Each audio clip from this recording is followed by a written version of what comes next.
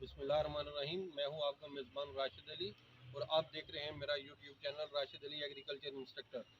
तो किसान दोस्तों, आज मैं आपको बताऊंगा कि टमाटर की पैदावारी टेक्नोलॉजी, टमाटर को पैदा कैसे किया जाता है, किस वक्त इसकी पनीरी काश्त करनी चाहिए और किस वक्त हम पनीरी काश्त करेंगे, अगर टमाटर लगाएंगे तो इसका कितना फ़ायदा होगा हमें।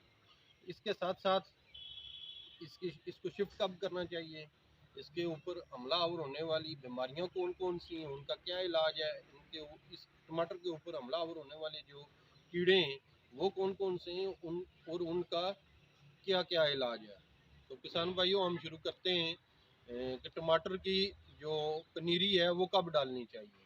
टमाटर की पनीरी जो हमारे टनल फार्मर हैं, जैसा कि मैं एक वॉक इन टनल में खड़ा हूँ, ये जो टनल फार्मर हैं ये पनीरी जो है नवंबर से बिजाई शुरू कर दें और ये जो टमाटर की पनीरी है वो ऑलमोस्ट एक माह के अंदर अंदर तैयार हो जाती है।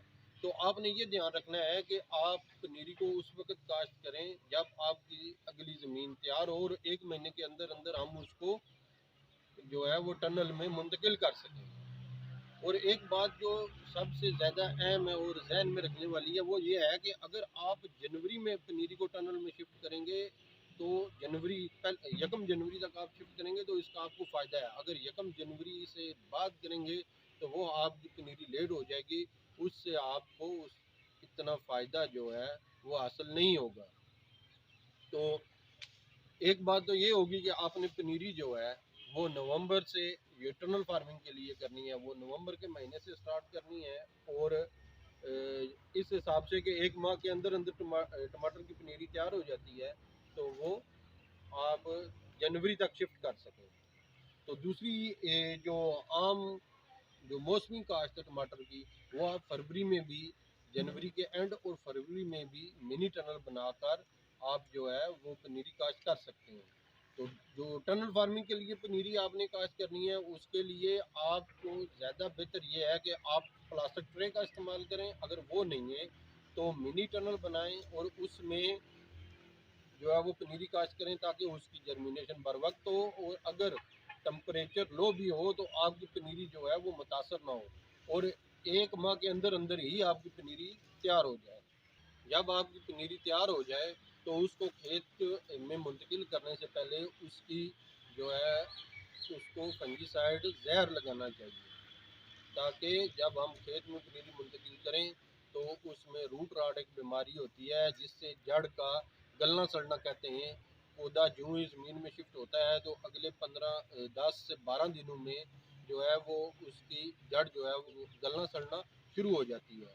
तो उसके लिए एक फफूंदी कुछ जहर है थायोफिनेट, 2 ग्राम फी लीटर का महलूल बनाएं और ये जो टमाटर की पनीरी है जब आप खेत से उखाड़ें निकालें ज़मीन से तो उसको 15 से 20 मिनट तक उसमें डिप करके रखें, डुबो के रखें ताकि उसके साथ जो है फफूंदी कुछ दवाई जो है वो अच्छी तरीके से लग सके। टमाटर की फसल को बेड पे काश्त किया जाता है लाइनों में। तो उसके लिए जो इसका मुनासिब वक्फा है वो 3 फुट है, बेड से बेड या लाइन से लाइन 3 फुट और पौधे से पौधा जो है वो 2 से 2.5 फुट। अगर आप टमाटर को इस स्टैंडर्ड पे लगाएंगे तो उसका ये फ़ायदा होगा कि टमाटर जो है ये बढ़ता भी है और फैलता फूलता भी है। खासकर हमारी जो बेलदार टमाटर है वो जब हम लाइनों में लगाएंगे इस तरह तो हमें उसके जो कीड़ों का हमला होता है या कोई बीमारी होती है उसका भी आसानी पता चलेगा। टमाटर की जो है वो तोड़ाई वगैरह जो है चुनाई जो है उसमें भी हमें मदद मिलेगी, आसानी रहेगी।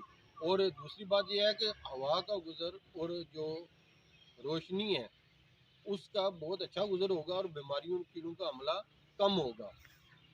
तो टमाटर को जो लगाते हैं वो लाइन टू लाइन 3 फुट और पौधे से पौधा 2 से 2.5 फुट वक्फा होना चाहिए। तो जब आप ये जो पनीरी है इसको शिफ्ट कर लेते हैं तो उसके बाद इस पे जो खासकर जो टमाटर बेलदार है उसकी एक तो शख्त तराशी होती है और दूसरा उसको सहारा दिया जाता है। और इसको सहारा दिया जाता है। उसके लिए जो आम घरेलू पैमाने पे जो लोग टमाटर काश्त करते हैं, 1 2 या 5 10 पौधे, उनके लिए तो ये है कि वो स्टिकें वगैरह लगा के जो है वो छड़ियाँ वगैरह दे के उसको सहारा दे। जो तजारती पैमाने पर लोग काश्त करते हैं उनके लिए ये है कि मैं एक अमली तरीका आपको बताने लगा हूँ कि ये हमने जो रस्सी है, एक रस्सी हमने नीचे सतह ज़मीन के एक सिरे से दूसरे सिरे तक बांधी है, एक सिरे से दूसरे सिरे तक बांधी है, और एक रस्सी इसको ऊपर। अगर आपके पास वाक इंटरनल नहीं है तो आप बांस वगैरह जो हैं वो बेड के एक सिरे से दूसरे सिरे तक लगा के उनके ऊपर जो है वो जिस्ती तार लगा के उसके साथ इस रस्सी को बांधे और नीचे भी रस्सी डालें, और इस पौधे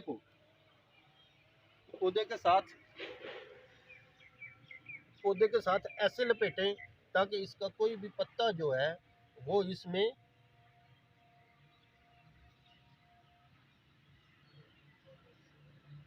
इससे मुतासर ना हो, ऐसे लपेटें।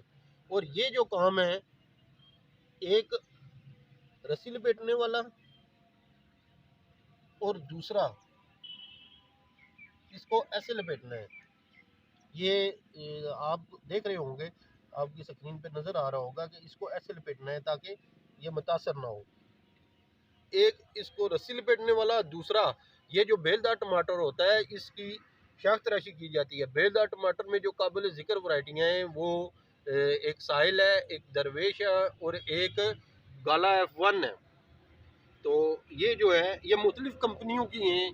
इसमें एक संजेंटा की है, जो है वो संजेंटा की है, स्टैंडर्ड सीड्स वालों की है एक वैरायटी, और एक दूसरी किसी कंपनी की है। तो इनको ऐसे लपेटा जाता है।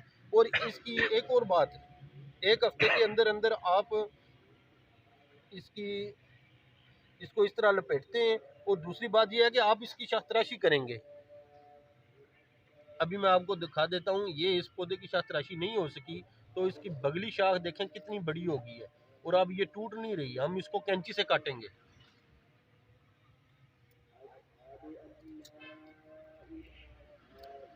हमने इसको कैंची से काटा है और ये बहुत बड़ी हो चुकी है। अब ये देखें, ये शाख भी अब ये बगली शाख है, इसको भी काटना मकसूद है। और इसको हम काटेंगे और ये आराम से उतर जाएगी हाथ से, क्योंकि ये अभी छोटी है। तो ये जो काम है रस्सी लपेटने वाला और शाख तराशी करने वाला, ये बहुत अहम है ताकि पौधे को जो है वो सहारा मिल सके और ये सीधा ऊपर जाए। और ये जो इसको भी मैं जो है ना वो रस्सी लपेटने लगा हूँ। ये रस्सी जब हम बांधते हैं तो थोड़ी सी ढीली रखते हैं, क्योंकि हर पौधे के हर पत्ते के साथ एक स्टेप लगाना पड़ता है, तो ये रस्सी हमें ज़्यादा ज़रूरत पड़ती है। तो हमने ये ढीली रखी है और ये देखें मैं इसको जो है वो लपेट रहा हूँ आसानी के साथ। जो है ना वो हमारा पौधा जो है वो परवान पौधे के साथ आसानी के साथ लपेटी जा रही है। अब ये यहाँ तक है, जब थोड़ा सा पौधा बड़ा होगा तो फिर इसको दोबारा इधर से घुमा के और ऊपर ले जाया जाएगा। ये जो शाख तराशी और रस्सी लपेटने वाला काम है, ये हफ्ते में एक बार ज़रूरी करना चाहिए। अगर आप नहीं करेंगे तो इसकी शाखें जैसे इसकी मैंने काटी है, एक बहुत बड़ी हुई थी, तो अगर हम इसकी शाख तराशी नहीं करेंगे तो ये फिर साइड पे ही फैलना शुरू हो जाएगा और इसका साइज़ नहीं बनेगा। जब ये इसकी शाख तराशी होगी और इसकी साथ सहारा बनेगा रस्सी, इसको हम लगा के ऊपर लेके जाएंगे तो ये बड़ा अच्छा मुनासिब और ज़्यादा जो है वो बढ़ेगा। और इसके साथ फल जो है वो क्रिस्टल की शक्ल में लगेगा। और इसमें कम से कम जो है वो 5 से 6 दाने, 8 दाने, ये देख सकते हैं कि आप ये फूला हुआ है। और इसके साथ टमाटर लगेंगे इस तरह क्रिस्टल में। और इसका साइज जो है वो कम से कम 200 ग्राम फी टमाटर होगा। तो अब ज़रा इनकी इसकी टमाटर की बीमारियां देख लेते हैं, क्योंकि टमाटर जो है वो बहुत ही नरम और नाजुक पौधा है सब्जियात में। तो ये जो है वो सबसे ज़्यादा मुतासर होता है फंगल से। इसके ऊपर रूट राट आती है। इसके अलावा ब्लाइट, जुलसाव, अगेता जुलसाव भी आता है और पछेता भी आता है। तो इसके लिए आप जो है वो मेटलाटेक्स मिनकोजिब और टोबैकोनाजोल एक फंजीसाइड, ये दो केमिकल्स के नाम है। मुख्तलिफ प्रोडक्ट्स में मिलती हैं। ये आप इस्तेमाल कर सकते हैं 2 ग्राम फी लीटर के हिसाब से। तो इसकी बीमारियां तो हो गई, अब इसके जो है ना वो कीड़े उनकी तरफ आते हैं। सबसे ज़्यादा जो है वो सब्ज़ तेला है, और चुस्त भी है और सुस्त भी है। इसकी पहचान ये है कि जो है वो टमाटर के पत्ते के निचली साइड पे सब्ज़ सब्ज़ बिल्कुल छोटे छोटे जो हैं वो नज़र आएंगे आपको, कीड़ा नुमा नज़र आएगा। जो उसके साथ ही अगर सुस्त है तो वो उसके साथ ही चिमटा हुआ है, अगर चुस्त है तो जो ही आप पत्ते को थोड़ा सा हिलाएंगे तो वो पत्ता जो है वो कीड़ा उड़ के दूसरी जगह पे चला जाएगा, ट्रांसफ़र हो जाएगा। इसके साथ साथ एक और इस पे जो हमलावर होने वाला कीड़ा है उसको लीफ माइनर भी कहते हैं। पत्ते के ऊपर बिल्कुल सफ़ेद निशान होंगे, जैसे कोई सांप वगैरह जो है वो अगर घूमता है तो मट्टी पे वह निशान पड़ते हैं टेढ़े मेढ़े, जिग जैग जो है वो वाइट कलर के निशान होंगे। इसकी ये निशानी है कि यहाँ पे लीफ माइनर आया हुआ है या उसने इस टमाटर पे हमला कर दिया है। इसके साथ साथ तीसरी जो चीज़ है वो है फ्रूट फ्लाई है, जो फल को नुकसान पहुँचाती है, और एक फ्रूट बोरर भी है। तो अब देख लेते हैं सब्ज़ तेला और चुस्त तेला, सुस्त तेला और लीफ माइनर। इसके लिए जो है वो एक ही दवाई है, अमीडा क्लोप्रिड केमिकल का नाम है।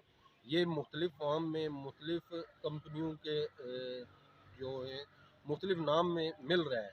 केमिकल है अमीडा क्लोप्रिड, वो 2 ग्राम फी लीटर के हिसाब से अगर इस पर स्प्रे करेंगे तो सब्ज़ तेला, चुस्त तेला, सुस्त तेला और ये जो लीफ माइनर है इससे जो है वो छुटकारा हासिल किया जा सकता है या इसका इंसदाद किया जा सकता है। 2 ग्राम फी लीटर अमीडा क्लोप्रिड जो है वो स्प्रे किया जाए।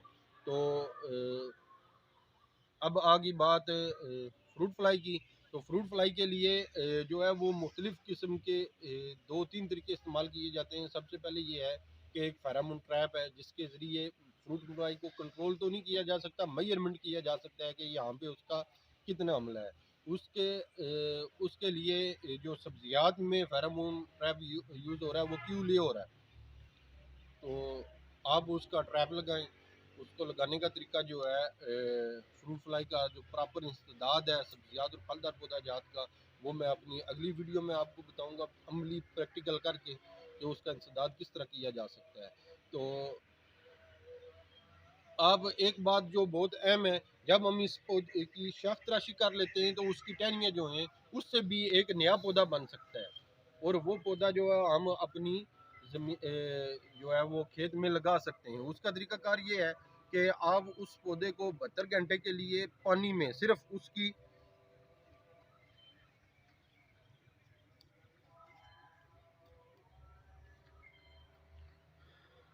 ये हमने इसकी शाख ले ली है बगली शाख, इसको सिर्फ इतना पानी के अंदर रखें 72 घंटे के लिए, इतना पानी के अंदर डिप करके रखें। या अगर आप 72 घंटे के लिए पानी में डिप करके रखें और हर 12 घंटे के बाद इसका पानी तब्दील करें। अगर आप ये नहीं कर सकते हैं, ये थोड़ा सा मुश्किल है, तो इसके लिए एक और आसानी ये है कि आप इनको ज़मीन में गड्ढा ही एक ऐसी जगह पे लगा दें जहाँ पे जो है वो नमी रहे और पानी मौजूद रहे। ये जो है वो जड़ें निकाल के एक नया पौधा तैयार हो जाएगा।